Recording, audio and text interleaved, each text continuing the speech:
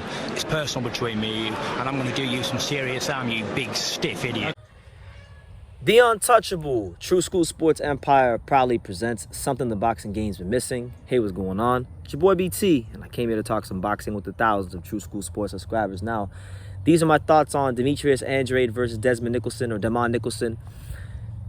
Demetrius Andrade wins a pretty damn near flawless 12-round decision. Now, this was a 120 to 108, not Jermall Ennis, Karen Chukwujam, but this was a 120 to 108 type of a fight. If you were gonna pick one on this card, let me just humble myself a little bit, because on the live, I think I was being very harsh on Andrade because I wanted him to get the knockout. He didn't get the knockout. There was a knockdown that wasn't called in round 4. So there was that moment in the fight, and then there was the one jab that Nicholson landed that swelled up Andrade's I think it was his right eye. But other than that, pretty much a perfect performance. You know, it wasn't a whole lot that Nicholson brought to the table that Andrade couldn't deal with, you know.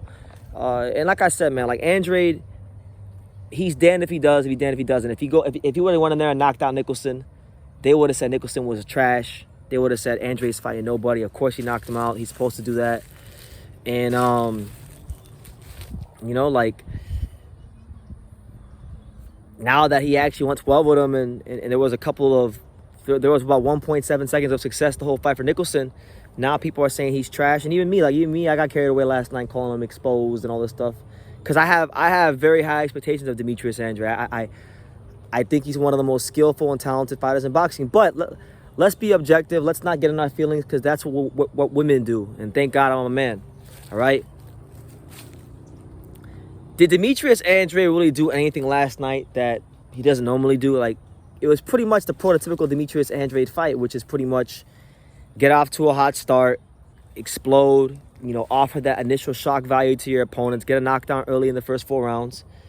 In the middle rounds, you know, continue to do what you were doing, and then like last 3-4 rounds, just go on cruise control, utilize the ring, and don't get hit. And Andrade didn't get hit with a whole lot of flush shots. That's why I think even me, we start going crazy when he does get hit, because it doesn't happen that often. I think there was another gear he could have got to last night.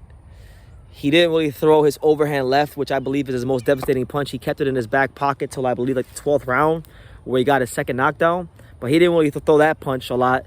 So now people are saying that he doesn't deserve the fights against Andrade and against Benavidez and Plan and Charlo and these kind of guys. But my thing is this, man. He didn't come to PBC to fight these trash-ass fighters or guys that you deem to be trash-ass fighters. You know, subpar guys, cannon fodder opposition. He came here to fight the big fights. So give him what he wants, man. I mean, personally, I think Andrade beats Charlo. It's not even a question in my mind. That's why I think Jermall will never take the fight. Charlo will not fight Andrade, because Charlo won't be able to really do anything with his jab in the fight, just due to the awkwardness and the distance control by Andrade and the level changes and all that kind of stuff. But give him what he wants, man. Like if he's not that good and you guys say he's trash, like, I think, you know, I've criticized him enough about Johnny Beck and Parker. I still believe what I said back then about those fights, but moving forward, give the man what he wants. You know, if he's not that good, then perfect. Then we should have a great fighter like Benavidez. You know, the great Benavidez, whose resume is no better than Demetrius Andrade's. The great David Benavidez. Maybe he can do the job. If he can get past Plant, maybe he can do the job. Or the great Caleb Plant, who's getting a pat on the back from a lot of people because he won a couple rounds against Canelo. You know, couldn't be Andrade. Andrade has to literally knock these dudes out in 2 rounds to get minimal criticism, like he did to Jason Quigley. You know, the best Andrade can hope for at this point in his career when he fights in the ring is, you know, of course he knocked him out. The guy was a nobody. That's the best he could do, because anything more than him knocking somebody out in 2 or 3 rounds is gonna, you know, always get criticism. So as far as him against Charlo, I think he beats the living shit out of Charlo. I think it's an easy fight for him. I don't think Charlo wins 3 rounds. I think Andrade probably wins a pretty wide points decision, gets a knockdown, and potentially stops him in the later rounds. Not later rounds, in the middle rounds, because he doesn't get later round stoppages, because he normally puts the fights in cruise control by the later rounds. But either way you cut it up, slice it and dice it, if he were to fight Charlo next, he gets his hands raised. Caleb Plant, a lot of people are saying Caleb Plant does this to Andrade, Caleb Plant does that. Listen, Caleb Plant's been a sparring partner of Andrade. Caleb Plant literally said his damn self, Andrade's probably one of the best fighters he's ever been in the ring with. So he knows what he's up against if he fights Andrade. I think Caleb Plant gets starched inside of 8 rounds.